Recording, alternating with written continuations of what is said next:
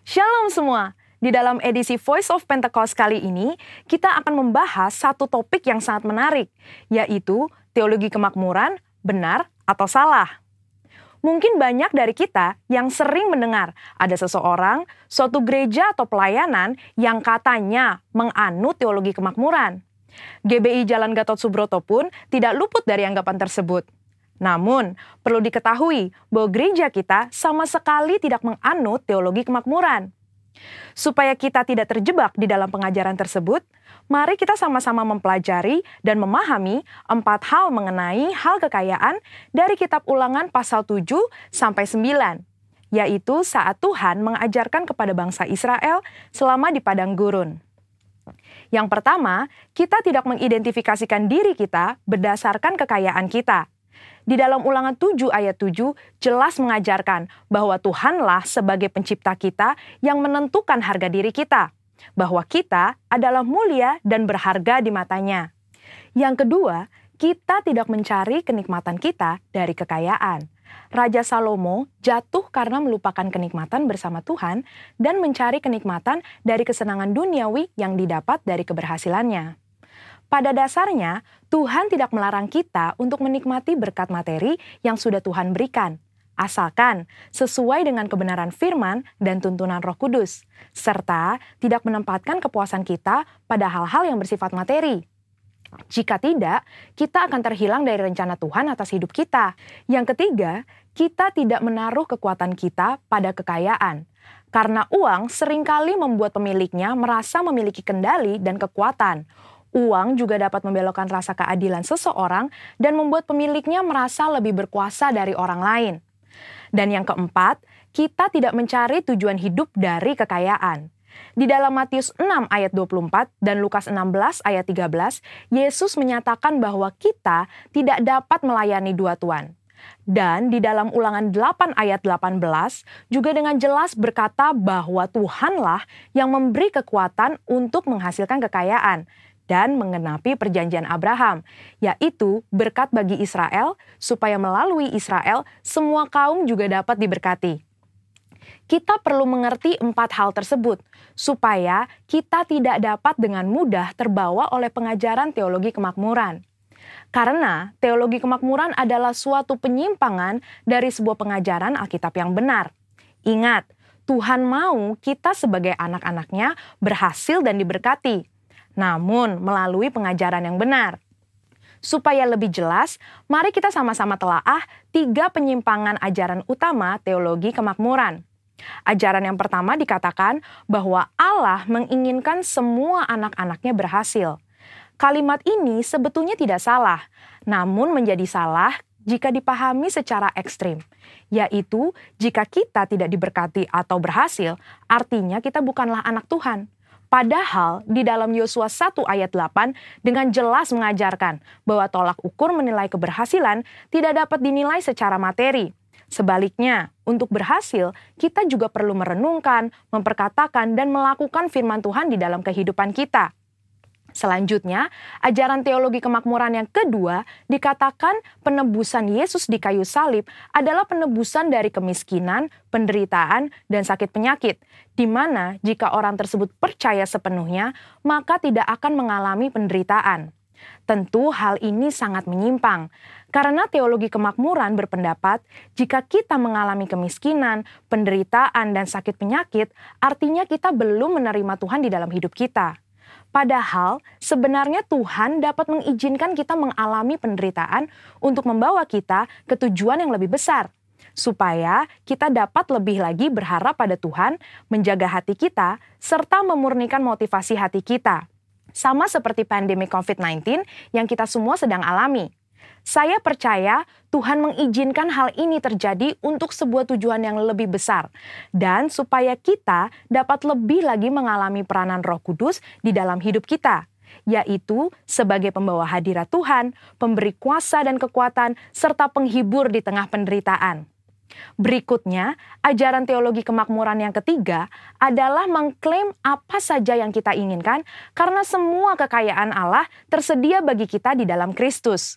Ini tidak salah, tetapi menjadi menyimpang ketika dikatakan bahwa sebagai anak Tuhan, kita dapat meminta apapun, tidak peduli apa saja yang menjadi keinginan kita. Mereka juga menggunakan 2 ayat Alkitab di dalam Mazmur 37 ayat 4 dan Filipi 4 ayat 19 sebagai dasar pembenaran pandangan pengajaran teologi kemakmuran. Padahal, 2 ayat tersebut bukan berbicara tentang pemenuhan segala keinginan duniawi kita, tetapi pemenuhan keperluan orang yang sudah mendapatkan kepuasan di dalam Tuhan. Dan juga, permintaan tersebut harus sesuai dengan kehendak Tuhan. Melihat dari 3 ajaran tersebut, dapat disimpulkan bahwa teologi kemakmuran adalah teologi yang kekanak-kanakan, yang terlalu menekankan hak dan melupakan tanggung jawab. Dan GBI Gatot Subroto jelas tidak setuju dengan penyimpangan pengajaran tersebut.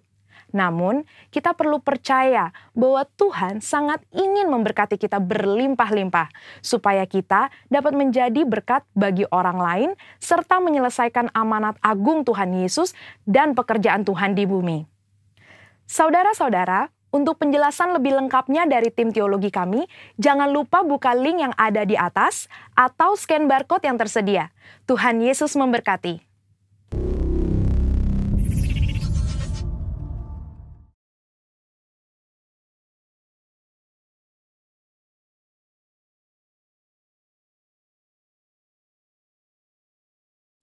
Puji Tuhan, Shalom Bapak Ibu Saudara, Haleluya.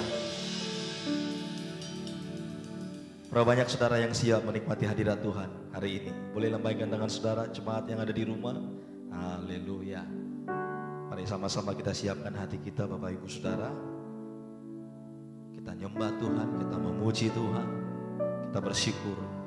Dia sungguh baik, Dia Bapa yang baik. Mari kita berdoa bersama-sama. Terima kasih ya Tuhan, Kau Bapa yang baik. Kau sangat baik, teramat baik bagi kami. Kami mau nyatakan ucapan syukur kami lewat nyanyian kami Tuhan. Kau baik, sangat baik bagi kami. Terima kasih Bapa. Inilah doa kami. Kami siap memuji Engkau, menikmati hadirat dalam nama Tuhan Yesus, yang siap sama-sama berkata, amin. Tepuk tangan buat Tuhan Yesus, Bapak Ibu Saudara. Haleluya. Nyanyikan sama-sama. Yesus, Engkau baik, sungguh baik, sangat baik. Yesus, Engkau baik, sungguh baik, sangat baik. Kasih-Mu tak berkesudahan. Kasih-Mu kekal selamanya. Aku telah mengenal kasih karunia-Mu. Aku telah mengenal kasih karunia-Mu. Kau kaya, rela jadi miskin, supaya aku jadi kaya. Hosana, Hosana bagi Yesus Allahku. Hosana, Hosana bagi Yesus Tuhanku. Nyanyikan sama-sama. Yesus Engkau baik. Yesus Engkau baik, sungguh baik, sangat baik. Yesus Engkau baik, sungguh baik, sangat baik. Kasih-Mu tak berkesudahan. Kasih-Mu kekal selamanya. Aku telah mengenal kasih karunia-Mu. Aku telah mengenal kasih karunia-Mu. Kau kaya, rela jadi miskin, supaya aku jadi kaya. Oh,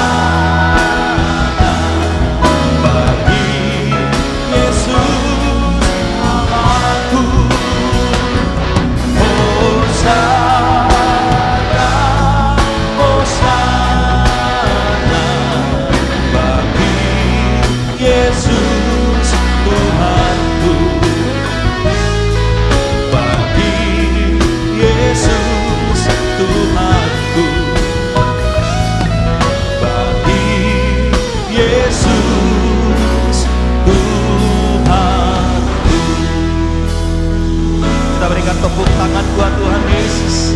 Haleluya, haleluya. Terpujilah Tuhan Yesus. Amin.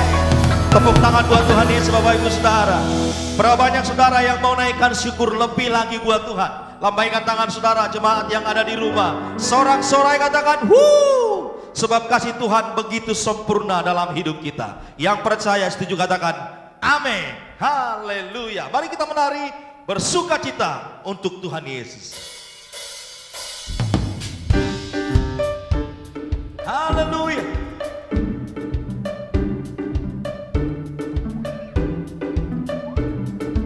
Siap menari sama-sama Bapak Ibu Saudara. Haleluya. Mari dengan iman katakan pujian ini. Kasih yang begitu besar, lebih kuat dari dosa. Kasih yang menemukanku, selamatkan dan pulihkanku. Ku naikkan syukurku, ku tak akan berhenti memuji, meninggikan namamu selalu, menari, memuliakanmu. Dibebaskan, dibangkitkan, hidup yang kau beri dan kini hanya untukmu. Mari jemaat Tuhan kita nari sama-sama saudara. Mari katakan pujian ini dengan iman kita sebagai nyanyian syukur kita di hadapan Tuhan. Haleluya. Sama-sama. Kasih yang begitu besar, lebih kuat dari dosa. Kasih yang menemukanku, selamatkan dan pulihkanku. Ku naikkan syukurku, ku tak akan berhenti memuji, meninggikan namamu selalu, menari, memuliakanmu. Dibebaskan, dibangkitkan, hidup yang kau beri dan kini hanya untukmu. Tak akan berhenti memuji, meninggikan namamu selalu, menari, memuliakanmu. Dibebaskan, dibangkitkan, hidup yang kau beri dan kini hanya untukmu. Ajak orang-orang yang ada dekat saudara memuji menyembah Tuhan. Amin. Kita menari di hadapan Tuhan. Siap-siap saudara, kita angkat tangan di hadapan Tuhan. Naikkan syukur kita. Katakan, ku naikkan syukurku, ku naikkan syukurku.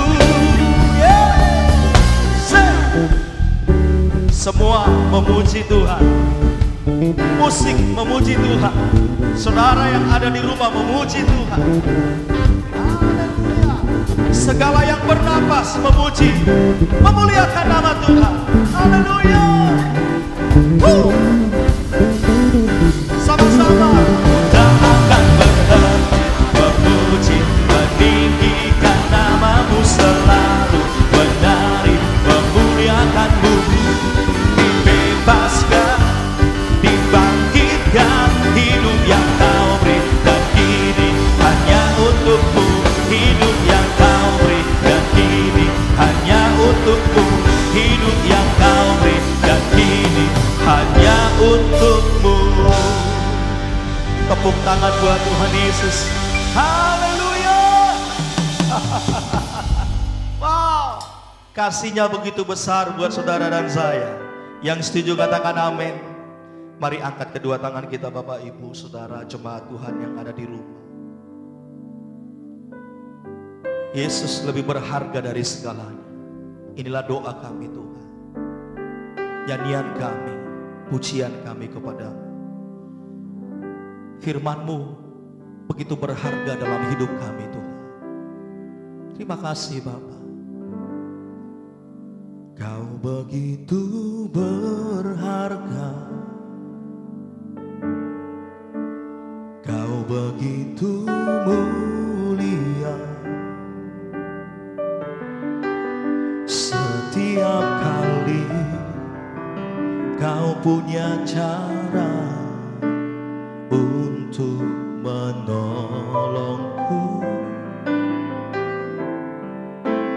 Ku tak pernah ragukan, ku tak akan lepaskan pengharapanku dalam-Mu Tuhan, kan menjadi nyata. Yang setuju dengan pujian ini sama-sama. Kau begitu berharga, Kau begitu mulia, setiap kali Kau punya cara untuk menolongku. Ku tak pernah ragukan, ku tak akan lepaskan pengharapanku, pengharapanku dalam-Mu Tuhan, kan menjadi nyata. Bersama-sama angkat tangan kita. Kau begitu berharga, Kau begitu mulia, Kau begitu mulia, setiap kali Kau punya cara untuk menolongku. Ku tak pernah ragukan, ku tak akan lepaskan pengharapanku dalam-Mu Tuhan, kan menjadi nyata. Kau begitu berharga, Kau begitu berharga, oh, Kau begitu mulia, setiap kali Kau punya cara untuk menolongku. Kami tidak ragu ya Tuhan, ku tak pernah ragukan, ku tak akan lepaskan, ku tak akan lepaskan pengharapanku dalam-Mu Tuhan, kan menjadi nyata. Mari kita sembah Tuhan Bapak Ibu Saudara. Ya Tuhan,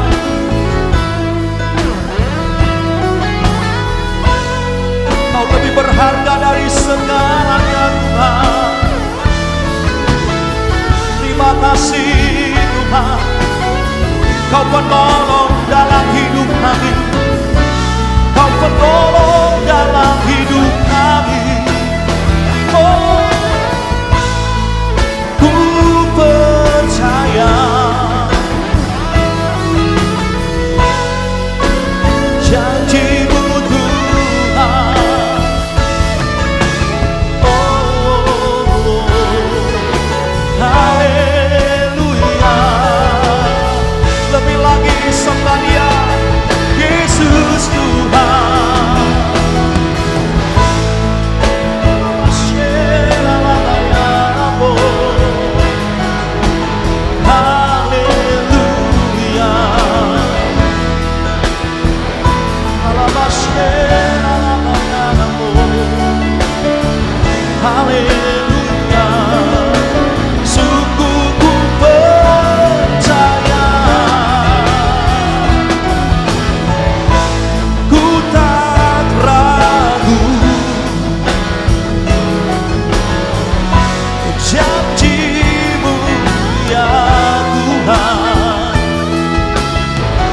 Penuhilah doa kami, bersama-sama lebih lagi dengan iman katakan, Kau begitu berharga, Kau begitu mulia. Setiap kali Kau punya cara untuk menolongku. Ku tak pernah ragukan, ku tak akan lepaskan, ku tak akan lepaskan. Yesus pengharapanku, dalam-Mu Tuhan kan menjadi nyata dengan iman. Kau begitu berharga, Kau begitu mulia. Setiap kali Kau punya cara untuk menolongku. Ku tak pernah ragukan, ku tak akan lepaskan, ku tak akan lepaskan. Pengharapanku dalam-Mu Tuhan kan menjadi nyata. Pengharapanku dalam-Mu Tuhan kan menjadi nyata. Mari angkat tangan kita. Pengharapanku kan menjadi nyata, kan menjadi nyata.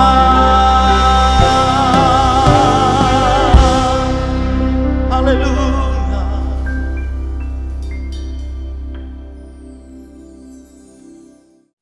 Haleluya, puji nama Tuhan. Shalom seluruh jemaat Tuhan GBI Bewok yang sangat saya kasihi. Selamat hari Minggu, Tuhan Yesus memberkati kita semua. Izinkan saya mengucapkan selamat tahun baru 2021. The Year of Integrity. Tahun integritas. Saya berharap di tahun 2021 ini kita semua semakin lagi dewasa di dalam Tuhan. Dewasa dalam kerohanian kita. Dewasa dalam karakter kita. Dewasa dalam iman, pengharapan dan kasih kita kepada Tuhan. Dan saya berharap juga di tahun 2021 ini kita semakin lagi mengejar kekudusan Tuhan. Supaya kita menjadi serupa dan segambar dengan Tuhan. Supaya pada waktu nanti Tuhan datang yang kedua kali, kita semua didapati berkenan di hadapan Tuhan. Yang setuju katakan amin, saudara. Nah, saudara yang dikasihi Tuhan, mari sama-sama kita siapkan hati kita.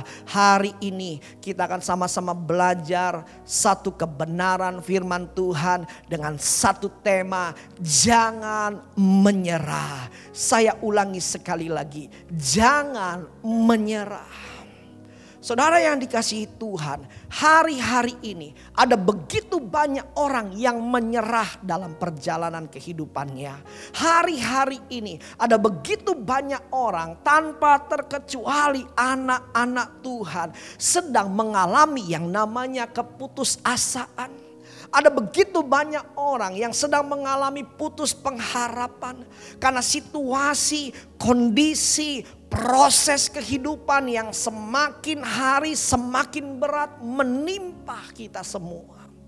Terutama 1 tahun terakhir ini, dampak dari COVID-19 yang menggoncangkan semua bidang dalam kehidupan kita. Ekonomi, keuangan, usaha, bisnis, pekerjaan, sekolah kita dan lain sebagainya. Belum lagi hari-hari ini keadaannya juga belum stabil. Bahkan prediksi ke depan untuk ekonomi juga masih terus berjuang saudara. Dan situasi kondisi seperti ini membuat kita semua menjadi putus pengharapan. Bahkan kalau boleh kita tarik mundur sebentar. Sebelum COVID-19 ada begitu banyak kita juga yang sudah mengalami masalah dan pergumulan dalam kehidupan kita. Ada begitu banyak harapan demi harapan yang belum tercapai. Ada begitu banyak doa-doa kita juga yang belum tercapai. Ada begitu banyak masalah demi masalah yang belum terselesaikan. Lalu masuk lagi COVID-19 menambah masalah pergumulan kita semakin berat. Kalau boleh pinjam satu peribahasa, sudah jatuh ketiban tangga. Dan karena situasi kondisi inilah banyak orang yang memutuskan untuk menyerah di tengah jalan. Hari-hari ini ada banyak orang yang berpikir untuk mengakhiri hidupnya sebelum waktunya Tuhan. Bahkan kalau kita dengar beberapa berita, sudah ada juga beberapa orang yang bunuh diri saudara. Mati sia-sia.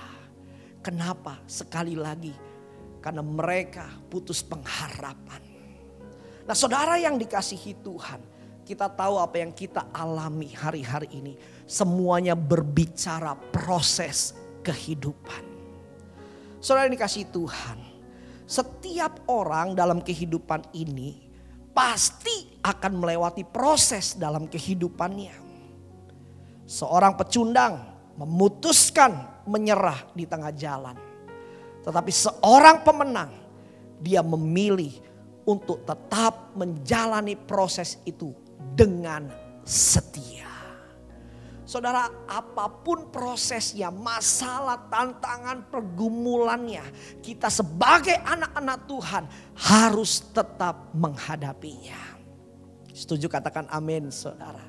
Saudara, firman Tuhan katakan apa? Kita ini orang-orang yang lebih daripada pemenang saudara.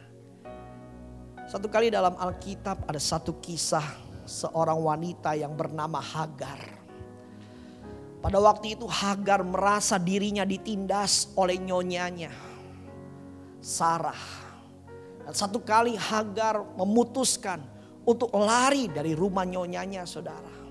Dan apa yang terjadi saudara? Dalam pelariannya itu Hagar berjumpa dengan malaikat. Saya bacakan sebentar Kejadian 16 ayat yang ke-8 sampai ke-9. Katanya, Hagar hamba Sarai, dari manakah datangmu dan kemanakah pergimu? Jawabnya, aku lari meninggalkan Sarai nyonyaku. Lalu kata malaikat Tuhan itu kepadanya, kembalilah kepada nyonyamu. Biarkanlah engkau ditindas di bawah kekuasaannya. Saudara yang dikasihi Tuhan, kita percaya dalam setiap masalah, pergumulan, proses dalam kehidupan ini ada maksud dan tujuan Tuhan di dalamnya. Dan kita juga percaya setiap maksud dan tujuan Tuhan semuanya baik bagi kita. Untuk mendewasakan iman kita. Untuk menaikkan level kerohanian kita. Bahkan saya percaya di balik masalah proses kehidupan selalu ada kemuliaan Tuhan yang dinyatakan. Saudara, pada waktu itu Tuhan ingatkan Hagar, jangan lari dari masalah. Jangan menyerah dengan masalah, hadapi masalah itu. Saudara, ini yang Tuhan mau saudara dalam kehidupan kita. Apapun masalah dan pergumulan kita, hadapi. Jalani. Saudara yang dikasihi Tuhan, sekali lagi saya mau katakan, di balik proses kehidupan, masalah, pergumulan kita, selalu ada janji kemuliaan Tuhan dinyatakan. Kalau saudara belajar kembali di dalam kisah Hagar, pada akhirnya Tuhan tetap memberkati Hagar. Hagar melahirkan sebuah bangsa yang besar saudara. Ada kemuliaan Tuhan dinyatakan. Saudara yang dikasihi Tuhan, ayo hari ini kita mau sama-sama belajar jangan menyerah. Sedikitnya ada 4 alasan mengapa kita tidak mulai menyerah. Saudara perhatikan baik-baik. Yang pertama, kenapa kita tidak boleh menyerah, saudara? Yang pertama, karena kita punya Tuhan yang peduli terhadap kehidupan kita. Saudara yang dikasihi Tuhan, ingat ini baik-baik. Kita tidak boleh menyerah karena kita punya Tuhan yang peduli terhadap kehidupan kita. He is care, dia peduli kepada kita, saudara. Saudara yang dikasihi Tuhan, perhatikan baik-baik. Pribadi Tuhan itu ada banyak. Sedikitnya ada 3 pribadi Tuhan yang kita bisa sebutkan. Yang pertama, dia Tuhan pencipta langit dan bumi. God's Almighty, penguasa dunia. Lalu yang kedua, dia Tuhan sebagai Tuan, Kurios, Lord, berkuasa atas kehidupan kita manusia. Dia Tuhan, kita hamba. Tapi yang ketiga juga, saudara perhatikan baik-baik. Kita kenal pribadi Tuhan sebagai Bapa. Abba, Father, Bapa. Abba itu terjemahan aslinya the resource, sumber. Sumber perlindungan, sumber berkat, sumber penghiburan. Sumber bagi kita semua, saudara. Saudara yang dikasihi Tuhan, mari perhatikan baik-baik. Dalam kepribadian Bapa, disitulah ada hati yang peduli kepada anak-anaknya. Saudara yang dikasihi Tuhan, seperti apa keadaan kita hari-hari ini? Kita punya Bapa yang peduli dalam kehidupan kita. Di dalam kepedulian Tuhan ada pemeliharaan.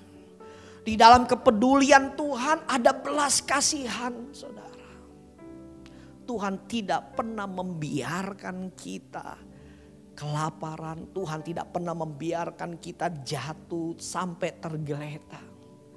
Saudara yang dikasihi Tuhan, sama seperti orang tua di dunia ini begitu peduli dengan anak-anaknya. Lebih dari orang tua di dunia, Bapa di surga juga peduli buat kita semua.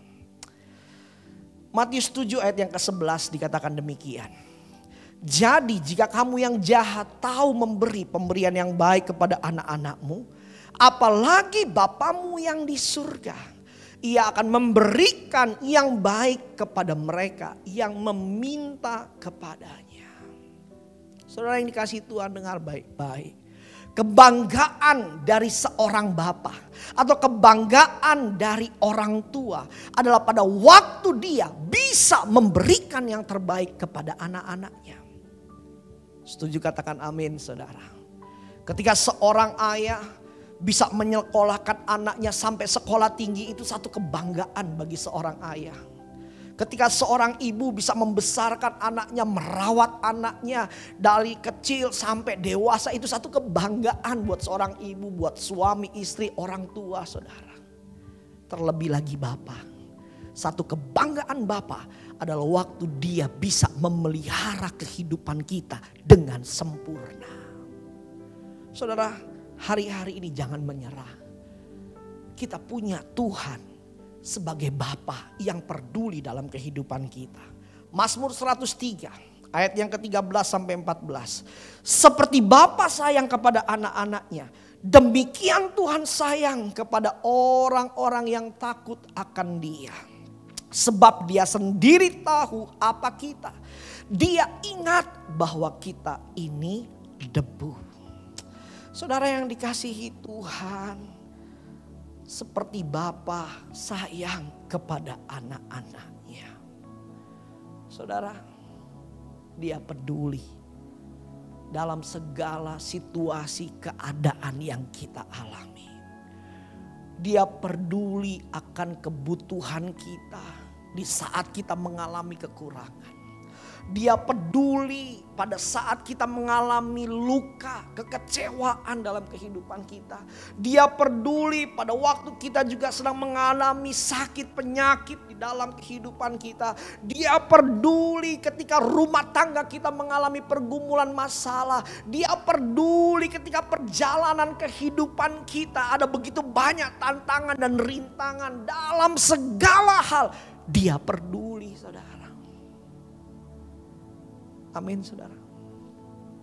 Apalagi akan kebutuhan kita. Oh, saudara. Burung di udara dia pelihara. Bunga di padang dia hiasi. Terlebih lagi anak-anak Tuhan pasti dipelihara oleh Bapa di surga. Saudara yang dikasihi Tuhan. Ayo, saya mau mengajak kita semua hari-hari ini. Jangan menyerah. Bangkit. Bangkit. Saya tahu hari-hari ini banyak orang sedang dalam ketakutan, kecemasan. Ada orang-orang yang dalam usahanya sedang mengalami keterpurukan karena dampak COVID-19. Ada begitu banyak tagihan yang macet.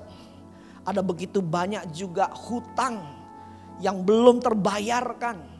Ada begitu banyak juga kita yang sedang mengalami penurunan omset dan lain sebagainya. Bahkan yang bekerja mengalami penurunan gaji, potongan gaji. Hari-hari ini ada yang 30%, 50%, 80%, saudara. Ada juga yang sedang dirumahkan, bahkan ada juga yang sudah dipecat, di PHK, saudara. Dan di saat yang seperti ini kita semua mengalami ketakutan. Akan hari esok makan dari mana, Pak? Bagaimana kita bisa bayar ini, bayar itu, Pak? Tagihan ini, tagihan itu. Tapi saya mau katakan buat saudara, dalam keadaan seperti ini ada Bapa di surga yang peduli akan kita. Bukan cuma peduli, tapi Bapa juga akan bertindak menolong kita, saudara. Amin, saudara. Satu kali saya punya rekan. Dia seorang pengusaha logistik, saudara. Pengiriman barang-barang, ekspedisi. Pada waktu bulan-bulan awal COVID-19, omsetnya menurun. Sampai dia cerita sama saya, aduh Chris, ini berat untuk perusahaan kita. Bagaimana untuk gaji karyawan? Karena semua pesanan drop, omset menurun. Tapi yang luar biasa, rekan saya ini, dia tetap memiliki iman di dalam Tuhan. Dia berkata dengan saya, dia katakan begini, Chris, dalam situasi yang seperti ini, saya banyak berseru kepada Tuhan. Iman saya, Chris, saya katakan sama Tuhan, Tuhan gak apa-apa deh kalau bukan makanannya, remah-remahnya aja deh Tuhan. Saudara, ini ekspedisi kapal, ini perusahaan kapal, dia punya kapal kargo. Tahu saudara, ketika dalam keadaan kekeringan, dia tetap berharap kepada Tuhan. Dia tetap berseru kepada Tuhan. Saudara, apa yang terjadi? 1 bulan kemudian, saudara, itu mujizat terjadi. Dia cerita sama saya, dia telepon saya, dia katakan, Chris, puji Tuhan, mujizat terjadi. Saya tanya kenapa sih, gimana? Lalu dia katakan, saudara, ini tiba-tiba ada customer lama yang udah 3 tahun gak pernah hubungan dengan kita. Tiba-tiba telepon, lalu dia order, dia mau masukkan barang di kapal kita 800 ton, saudara. Bayangin, gak tanggung-tanggung 800 ton. Lalu dia sampai bilang, oh Tuhan itu hebat ya. Remah-remahnya aja 800 ton, Chris. Lalu saya bercanda sama, iya waduh, tahu gitu jangan minta remah-remahnya. Minta aja di atas remah-remahnya lebih gede lagi, saudara. Saudara yang dikasih Tuhan, Tuhan peduli akan kebutuhan kita. Setuju, katakan amin, saudara.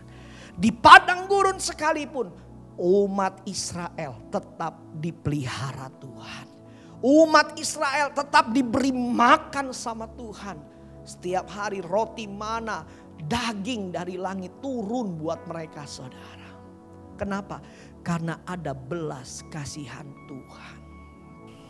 Saudara yang dikasih Tuhan, di padang gurun sekalipun Tuhan sanggup pelihara kita. Karena ada belas kasihan Tuhan. Setuju katakan amin saudara. Saudara, Matius 6 ayat 34. Sebab itu janganlah kamu khawatir akan hari besok. Karena hari besok mempunyai kesusahannya sendiri. Kesusahan sehari cukuplah untuk sehari. Saudara, saya diberkati dengan satu ayat firman Tuhan ini saudara. Jangan khawatir akan hari besok. Karena hari besok mempunyai kesusahannya sendiri. Kesusahan sehari cukuplah untuk sehari. Apa artinya? Saudara dengar baik-baik. Artinya adalah setiap kesusahan selalu ada mujizatnya. Kalau saudara susah hari ini ada mujizatnya. Kalau saudara susah minggu depan mujizatnya Tuhan sudah siapkan. Kalau saudara susah bulan depan mujizatnya Tuhan sudah sediakan. Kalau saudara susah tahun depan mujizatnya pun Tuhan sudah sediakan. Artinya dalam setiap kesusahan selalu ada mujizat Tuhan. Amin saudara. Berapa banyak kita yang hari ini udah ketakutan akan bulan depan. Yang hari ini udah ketakutan akan tahun depan.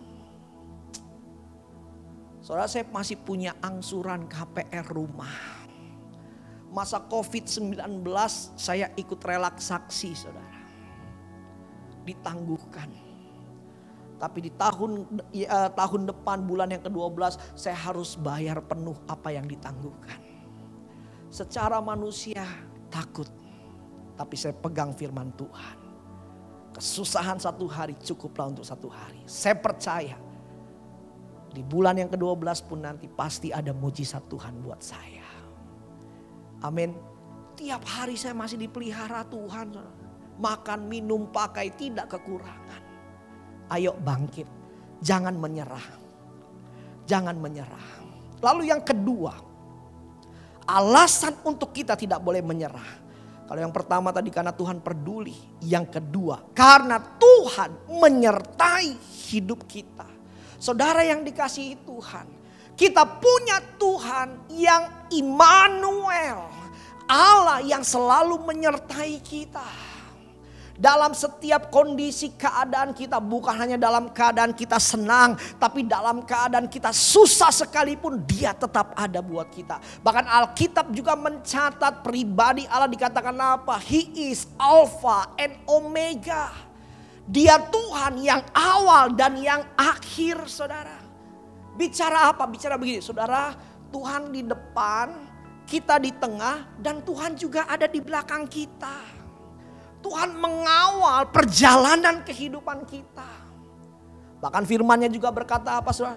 Dia Tuhan yang sudah memulai segala yang baik dalam kehidupan kita. Dia Tuhan juga yang akan setia meneruskan yang baik dalam kehidupan kita sampai garis akhir. Saudara harus percaya ini dalam situasi susah sekalipun tetap ada Tuhan menyertai kita. Saudara perhatikan baik-baik.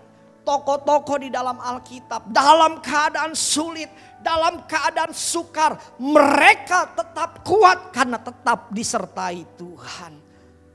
Umat Israel bersama Musa di padang gurun disertai Tuhan. Yusuf ketika dia dalam penjara disertai Tuhan. Ketika dia jadi budak di rumah Potifar disertai Tuhan. Daniel ketika dia ada di dalam goa singa disertai Tuhan. Paulus ketika dia diombang-ambingkan di lautan bebas hampir tenggelam disertai Tuhan. Ketika Paulus juga ada di dalam penjara dia juga tetap disertai Tuhan sehingga dia tetap bersuka cita. Siapa lagi? Yohanes, murid Tuhan yang paling terakhir meninggalnya. Di Pulau Patmos, dia juga tetap disertai Tuhan.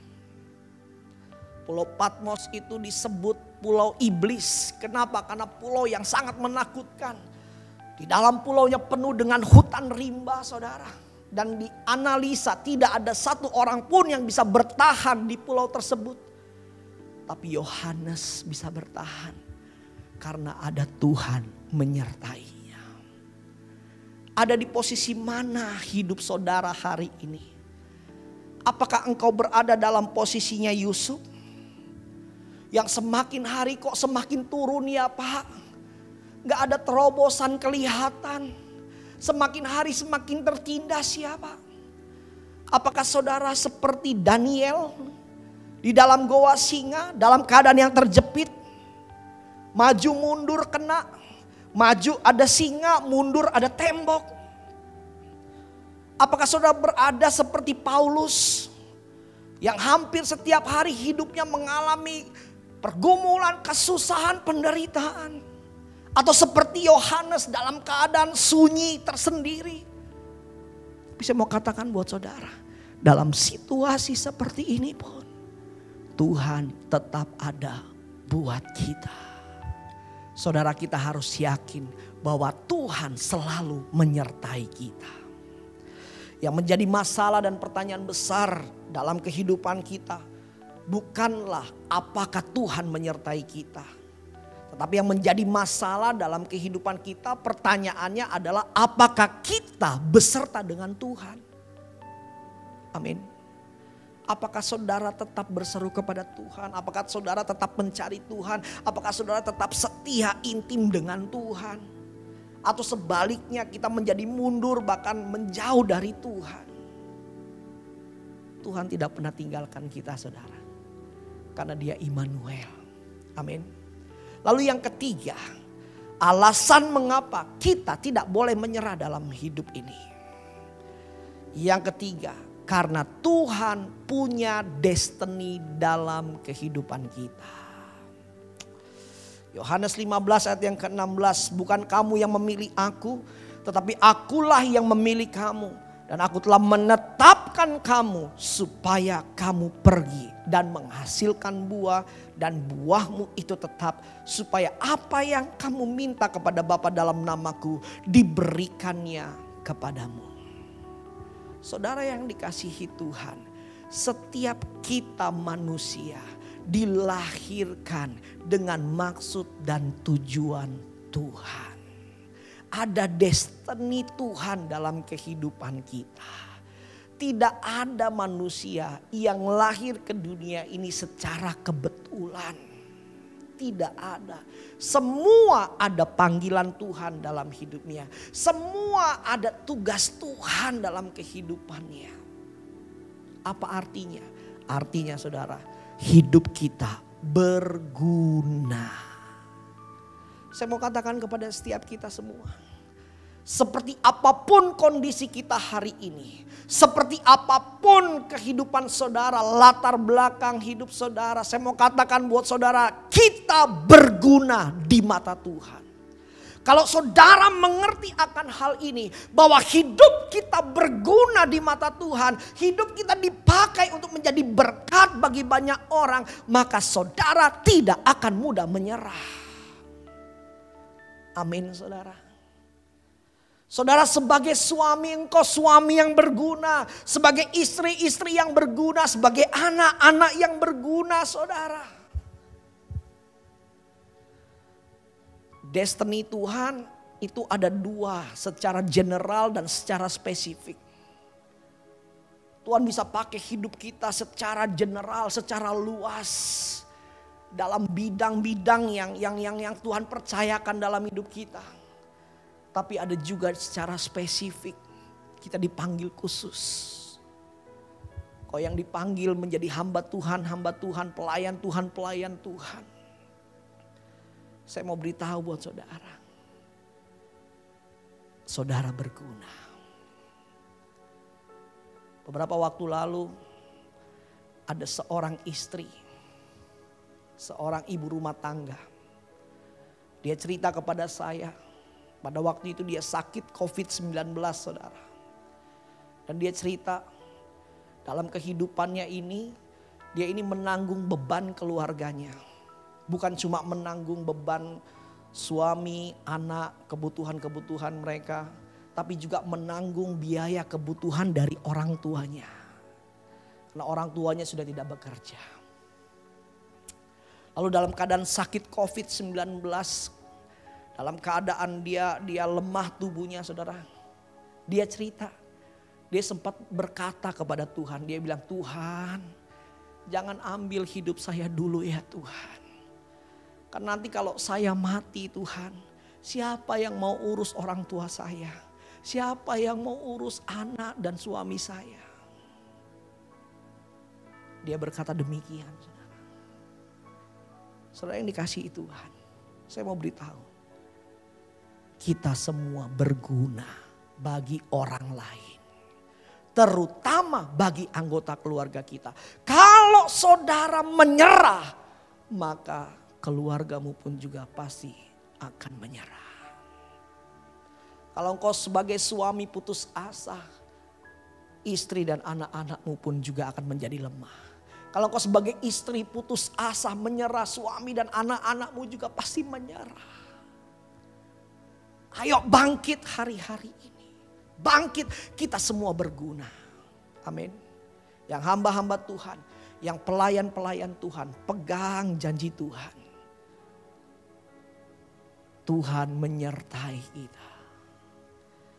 Tuhan yang memanggil hidup kita. Tuhan juga yang sanggup memelihara hidup kita. Amin saudara. Ayo bangkit, jangan menyerah. Kalau kita bisa melihat bahwa hidup kita ada tujuan Tuhan, maka kita gak akan mudah menyerah. Yang setuju katakan amin saudara. Yang terakhir, mengapa kita tidak boleh menyerah? Kalau yang pertama tadi, karena Tuhan peduli. Yang kedua karena Tuhan menyertai. Yang ketiga karena Tuhan punya destiny dalam hidup kita. Dan yang terakhir, karena Tuhan mengasihi kita. Saudara, kita punya 1001 alasan untuk menyerah. Tapi Tuhan hanya punya satu alasan untuk mempertahankan hidup kita. Yaitu kasih. Dia mengasihi saudara dan saya. Dan karena kasihnya lah dia pertahankan hidup kita. Amin. Tahukah saudara, seringkali di tengah-tengah masalah, pergumulan, tekanan yang begitu hebat, kita masih bisa melihat mujizat-mujizat Tuhan. Tahukah saudara, di tengah-tengah himpitan yang begitu hebat, pergumulan yang begitu berat, kita masih bisa melihat ada keajaiban-keajaiban Tuhan. Tahukah saudara, keajaiban dan mujizat Tuhan yang seringkali datang dalam hidup kita, itu sebagai bentuk konfirmasi bahwa Tuhan masih ada buat kita. Amin. Tuhan mengasihi kita. Ayo bangkit, jangan menyerah. Jalani tahun 2021 ini dengan pengharapan yang luar biasa. Saya tutup dengan satu pernyataan. Setiap manusia yang masih bernafas, yang masih hidup, dia masih punya kesempatan untuk melihat pengharapannya itu digenapi. Amin. Tundukkan kepala saudara. Kita berdoa. Mari saudara yang dikasihi Tuhan, kita angkat pujian ini. Biarlah ini yang menjadi iman kita, pengharapan kita, doa kita di hadapan Tuhan hari ini.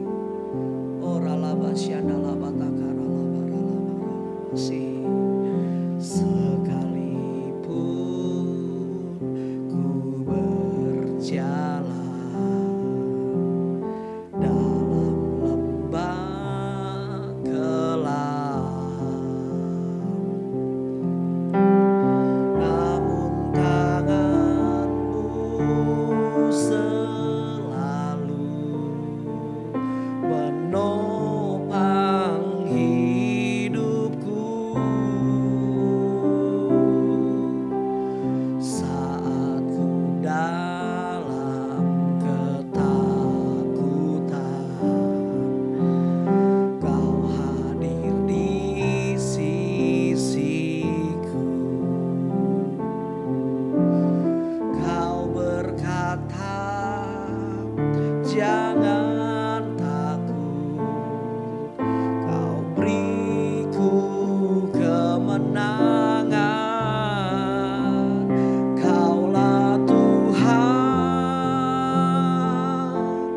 yang berjanji tak sekalipun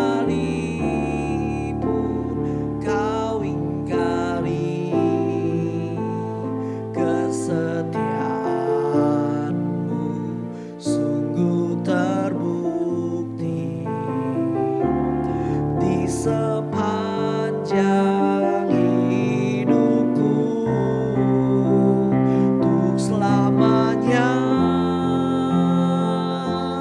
ku kan setia melayani, mengasihimu.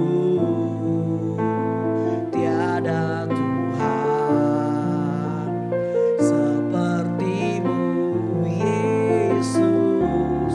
Kau Allahku yang setia.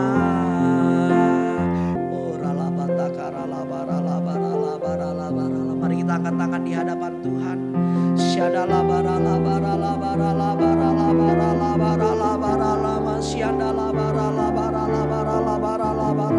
Curahkan lawatan-Mu ya Tuhan.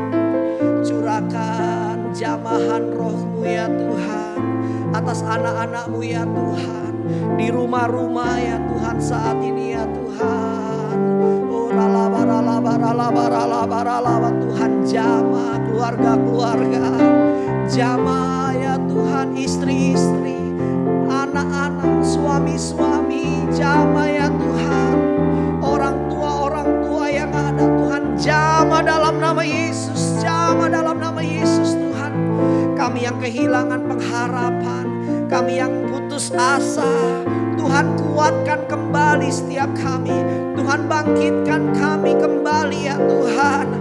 Kami yang hampir menyerah, bahkan yang sudah menyerah, Tuhan bangkitkan kembali Tuhan hari ini anak-anak-Mu ya Tuhan.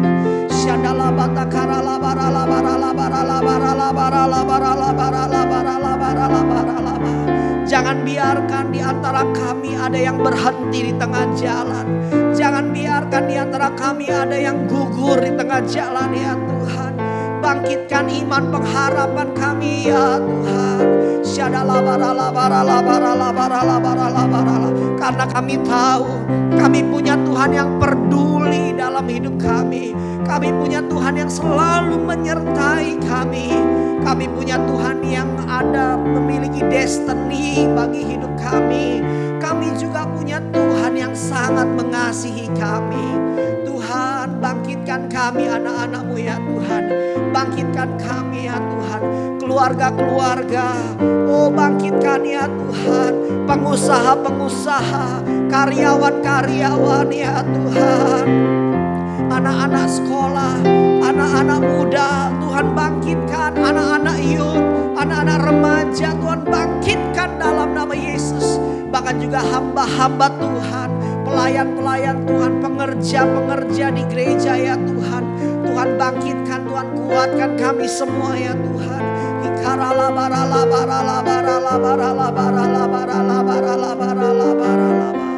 Tuhan terima kasih ya Tuhan, terima kasih Tuhan, terima kasih.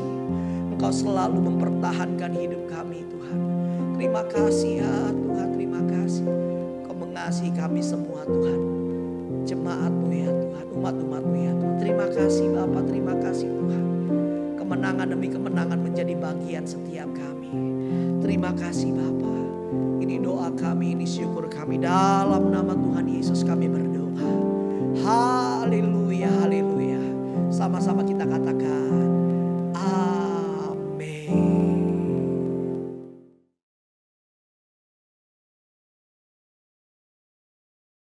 Kiranya Engkau memberkati aku berlimpah-limpah dan memperluas daerahku. Oh dan kiranya tanganmu menyertai aku dan melindungi aku daripada malapetaka sehingga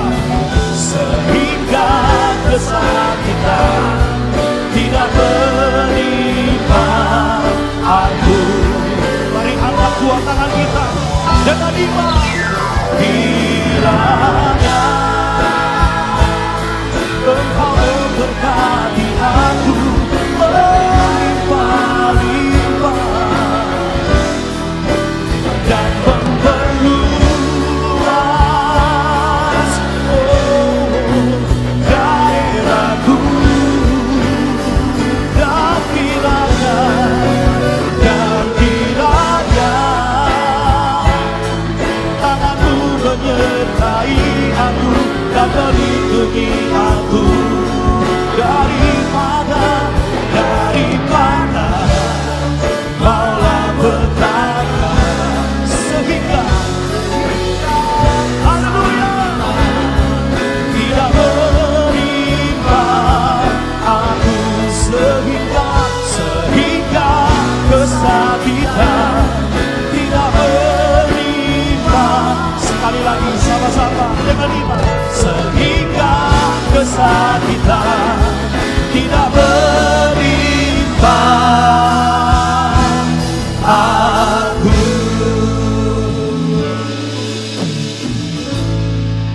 Mari kita angkat kedua tangan kita, arahkan hati iman kita sama Tuhan.